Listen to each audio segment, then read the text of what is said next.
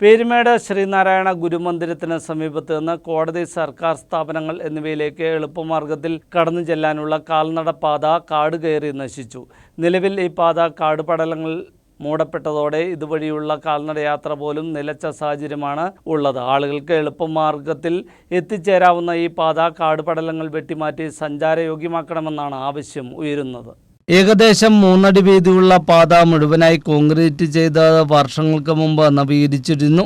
ഇതുവഴി ആളുകൾ കാൽനടയായി സഞ്ചരിച്ചു കൊണ്ടിരുന്നതുമാണ്. എന്നാൽ പിന്നീട് കാടുപടലങ്ങൾ മൂടിയതോടെ ഇതുവഴിയുള്ള സഞ്ചാരവും നിലച്ചു. നിലവിൽ ഈ റോഡ് കാണാത്ത വിധം കാട് വന്ന് മൂടിയ നിലയിലാണ്. കോടതി, വാട്ടർ അതോറിറ്റിയുടെ ഓഫീസ്, മറ്റ് സർക്കാർ സ്ഥാപനങ്ങൾ, സിവിൽ സ്റ്റേഷൻ അടക്കമുള്ളവയിലേക്ക് എളുപ്പമാർഗത്തിൽ കാൽനടയായി കടന്നു ചെല്ലാൻ കഴിയുന്ന ഒരു പാത കൂടിയാണിത്. പീരുമേട്ടിൽ നിന്നും ചുരുങ്ങിയ സമയത്തിനുള്ളിൽ കോടതിയിലേക്ക് അടക്കം കടന്നു ചെല്ലാൻ കഴിയുന്ന ഈ പാത അടിയന്തരമായി നവീകരിച്ച് കാടുപടലങ്ങൾ വെട്ടിമാറ്റി സഞ്ചാരയോഗ്യമാക്കണമെന്നാണ് ആവശ്യം ഉയരുന്നത്. News bureau, Kattappana.